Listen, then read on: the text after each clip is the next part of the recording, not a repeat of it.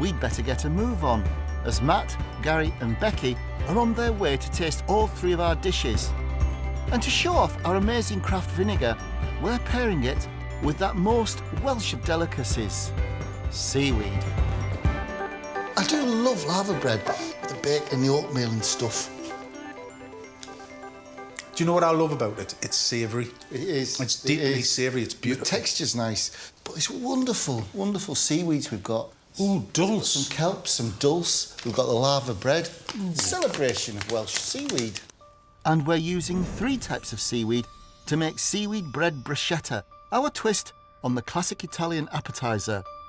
And we'll be serving those with charred endive and crab salad canapes. It's a Welsh bruschetta we're doing, really, with seaweed bread, lava bread, nice, with oatmeal and bacon, yeah, cockles and leeks on the top. All we need is a blooming daffodil by the side, and we've got a national symbol.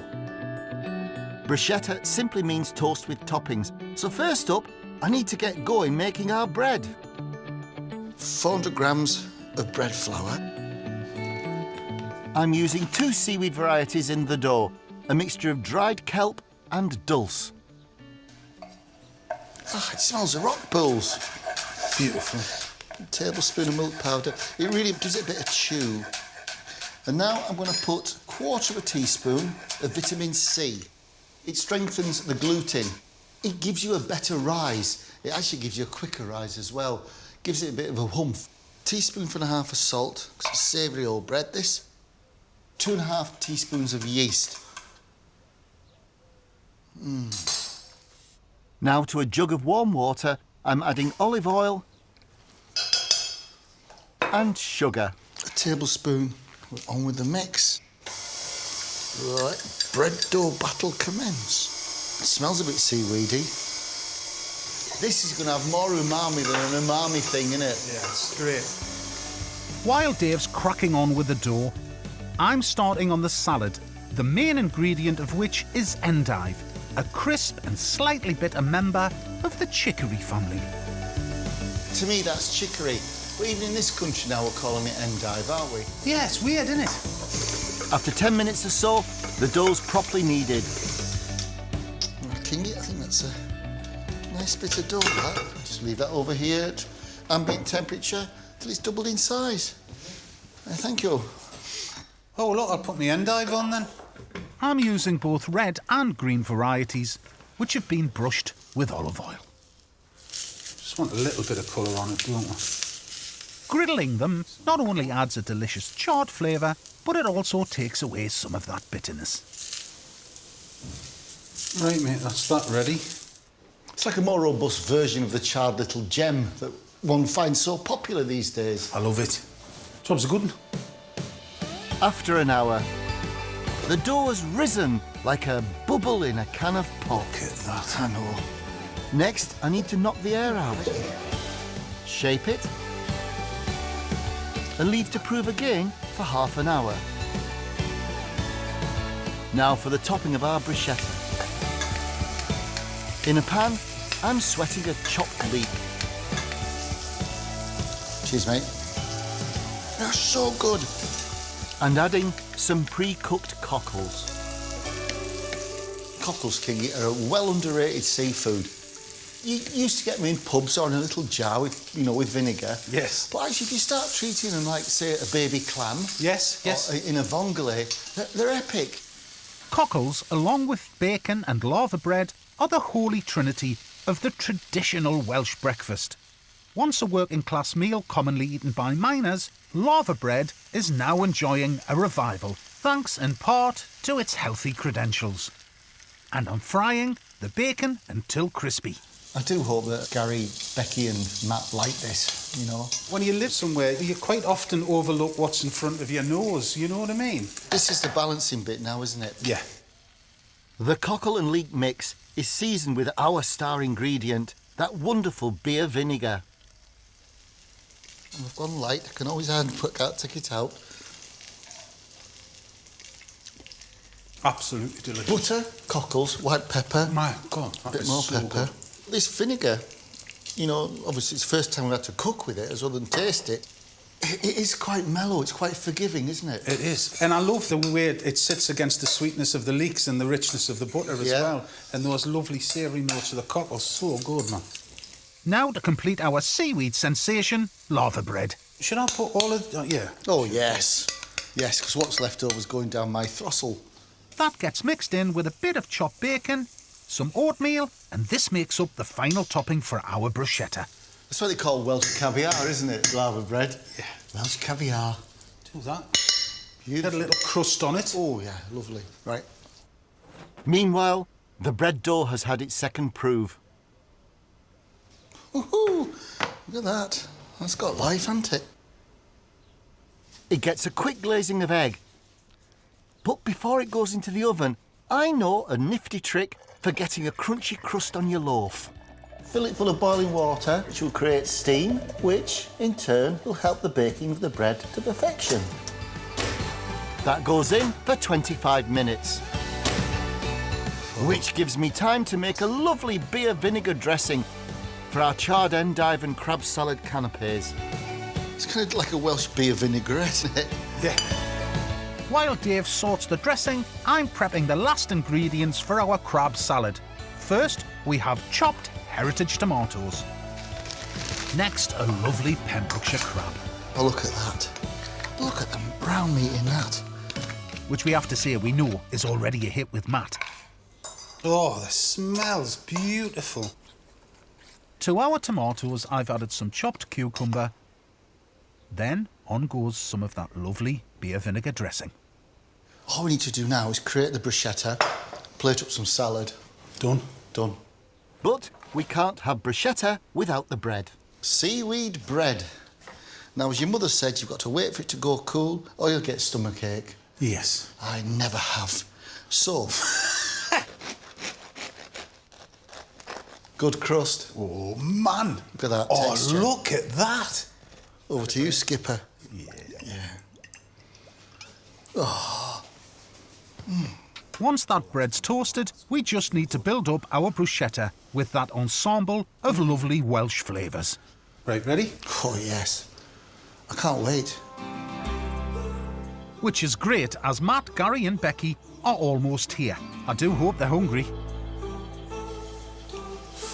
We're topping our seaweed toast with the lava bread. Then the cockles and leeks. Be quite generous with them. And finally, our crispy bacon.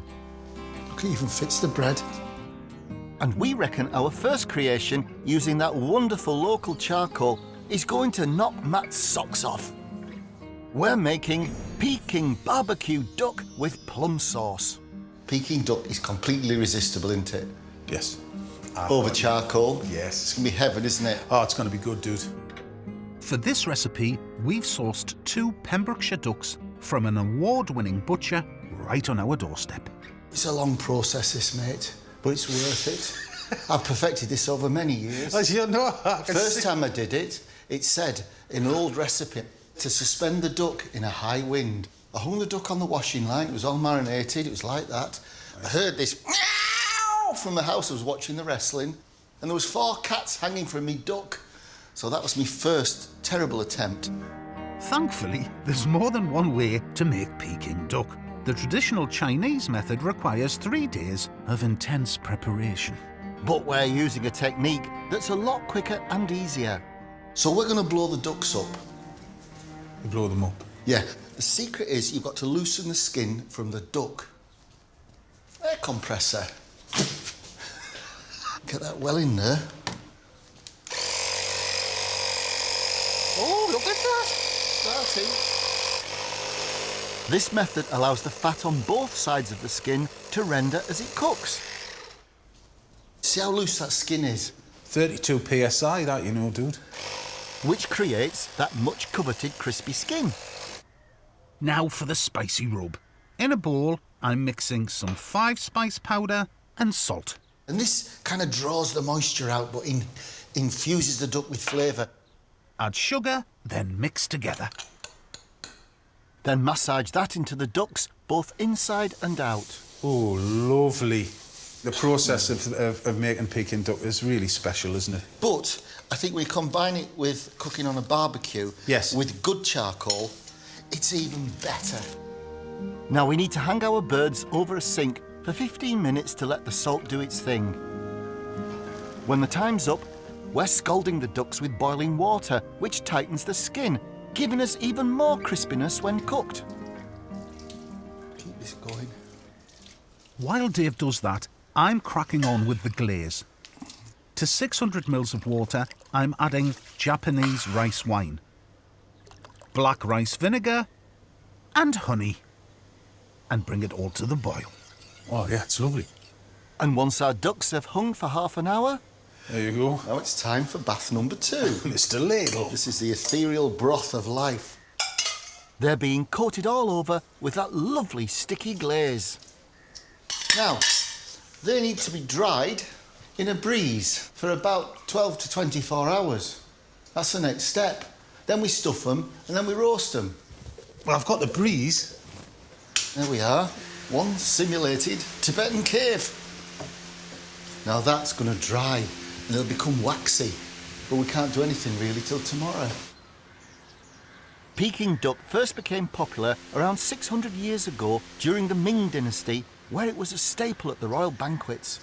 We may not be cooking for an emperor, but we suspect Matt's standards are just as high. I think we're going to have to be quite careful, actually, with what we offer up to Matt, because he's an intrinsic part of the community of Pembrokeshire. Yeah. Matt was the bullish one. Oh, he'll have to go some to surprise me. I know everybody. Yeah. And I think that was more or less his words. I think we need to look under the rug a little bit of Pembrokeshire's cuisine. Well, I don't think he'll be expecting charcoal. That's true.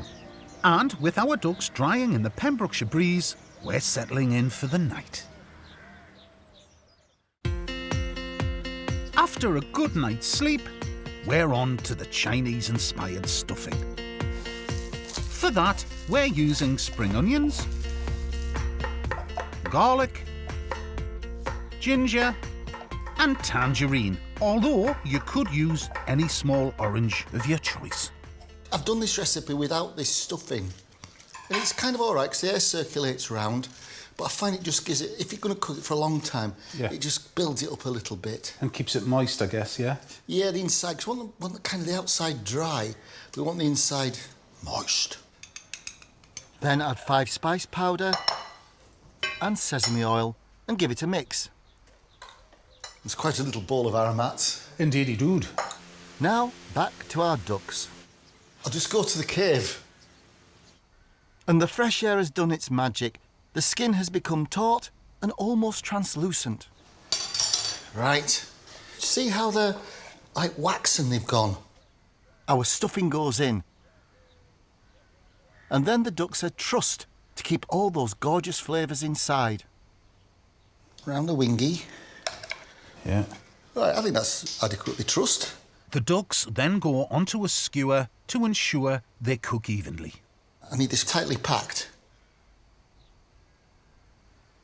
Lovely. Have you sparked up the barbecue, Kingy? I have, mate. Fantastic. Brilliant. We need to apply duck. Now the fun part. In Chinese cuisine, whole ducks are cooked either using the traditional closed oven method or hung and roasted over burning wood. We're using a third method, which we think will be just as tasty, barbecuing over our Clin Few charcoal.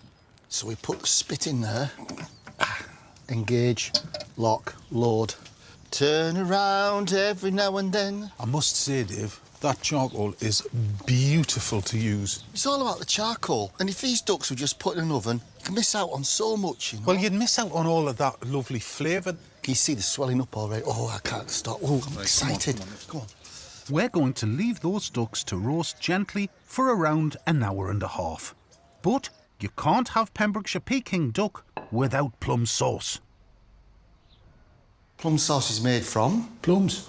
Exactly. To a pan, we're adding our fruit, caster sugar, a clove of minced garlic, star anise, 5 spice powder, and soy sauce. Then simmer until the plums have broken down. Little stir-a-rooney. Let's go and have a look at the beasts. Look at those beauties. Pure Welsh Peking duck. Woohoo! These are looking mighty fine, Simon. Oh, they look great, man. I'm adding a squeeze of honey to the sauce to balance out the tartness of the plums. I think that should be spot on. Yeah, it's lovely. Yeah, that's well it. done. Plum sauce, cucumber. I'll just turn the pancakes onto steam, Si. Lovely. And it's the moment of truth for our ducks. The meat looks like it's coming off all right, mate. Yeah, it's lovely. Let's have a taste, mate. When Matt, Gary and Becky come, we can just have it shredded. Yeah. And then they can load their own up if they want.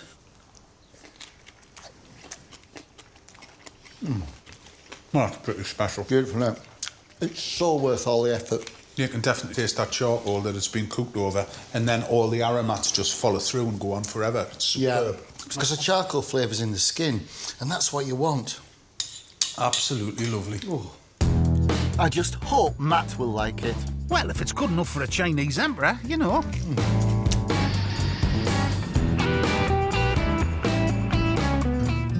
The perfect place for us to prepare that wild salmon provided by Michael, to create something wonderfully traditional with a little bit of a Scandinavian twist. There's nothing like that feeling when you come back after a day's fishing, is there? No. And you've caught an out. No. Absolutely diddly flaming He sells swat. wild salmon, so we've managed to buy some. But look at it. You could eat this raw, just cut slices off it. But we've decided to go one of our old favourites, haven't we? Gravid lax. Gravid lax. And I think it's going to suit Alex and Ali's restaurant pretty well. Yeah, I think. and it's Scandinavian gravid lax. Gravid lax. But like a gin-cured gravid lax with wild salmon from the Tweed. Let's do a duet, Kingy. That's right. We're going to create a duet of gravid lax and confit of wild salmon, a dish that we think could work really well on Alex's tasting menu. I'm going to start with the gravid lax. I'm preparing 2 generous centre-cut pieces of this lovely fish. Making gravid lax is great for the home cook. Because if you've got a fridge, there's no cooking. It's a curing process. It's ready within 2 to 3 days. It takes a steady hand and a keen eye. I've been through it, but I always it seemed to pop up. You don't want any bones. No. Once Dave's completed this operation, the salmon is going to be cured in an elaborate mix of sweet and sour. I'm grinding up some dill seed, coriander seed, and a tablespoon of pepper. And I'm mixing up sea salt, white granulated sugar, and some soft brown sugar. How you doing, Kingy? I'm done. Oh, Brill, bung it in. There we go. We're going to add zest of lime and some chopped dill. Right, there we go. Now this is a good cure. And to add the final flourish, in goes a generous glug of watercress gin. 100 millilitres of this. Oh, look at that. Now comes the fun bit. Now all I've got to do is to pack one side of this with the cure. Indeedy. Oh, sniff that, Kingy. Beautiful. Doesn't that take you to the Baltic? Fresh, clean. It's like a dolphin's breath, isn't it? It's just come out by the iceberg. It's that fresh. Once you're happy that it's properly covered, There you go, Kingy. I think we should put this over to you, my son. Right, go on.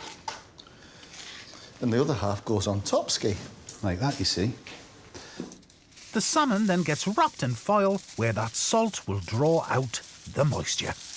In a funny sort of way, it cures, it cooks within that salt and the gin and all the other good stuff. But what's important is that the moisture is allowed to drain. Absolutely, Simon. Because if the moisture hasn't got anywhere to go, you're going to end up with soggy gravid lax. We wouldn't want that, mate, would we?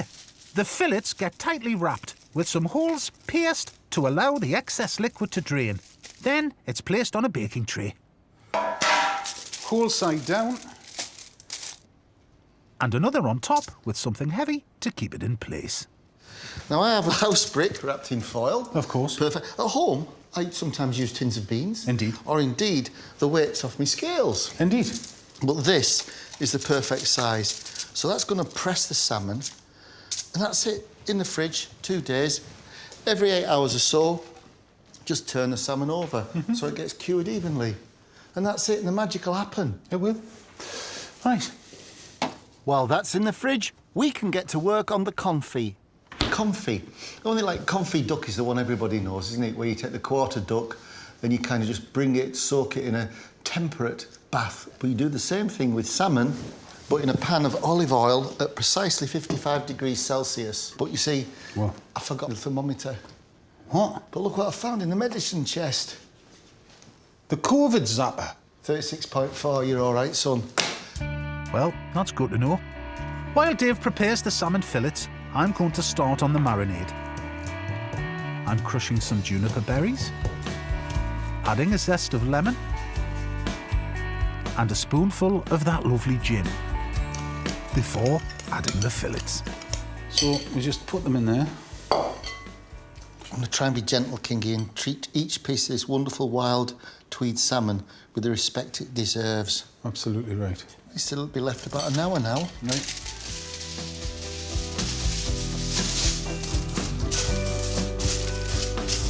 Lovely. Now comes the science bit. Using my trusty new thermometer, I need to heat the olive oil precisely to 55 degrees centigrade. 50.7. 52.3. 54.6. Here we are, Kingy. I'm just a tad on the hot side, but by the time we need to use it, I'll keep an eye on it. Right. As soon as it hits 55, bingo bajingo, in it pops.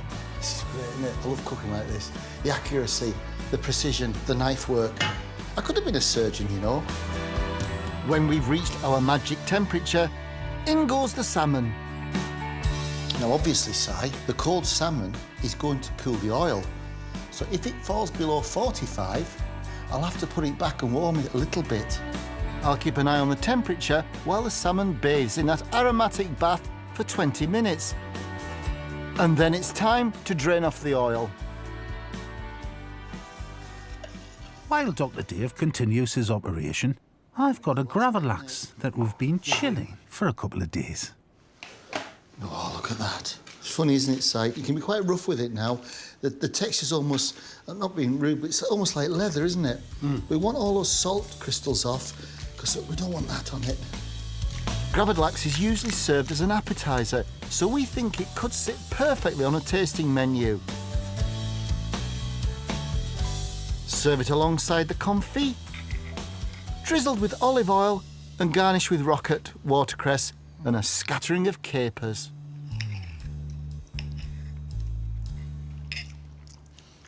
Oh, that's good. Clean. You get the dill, don't you? I'm happy with that, man. And it makes that salmon go such a long way. It does. I think Alex will be interested in this. Well, I'm pretty confident that our salmon is going to hit the mark. But we still need to find 2 more ingredients that can come close to Alex's exacting standards.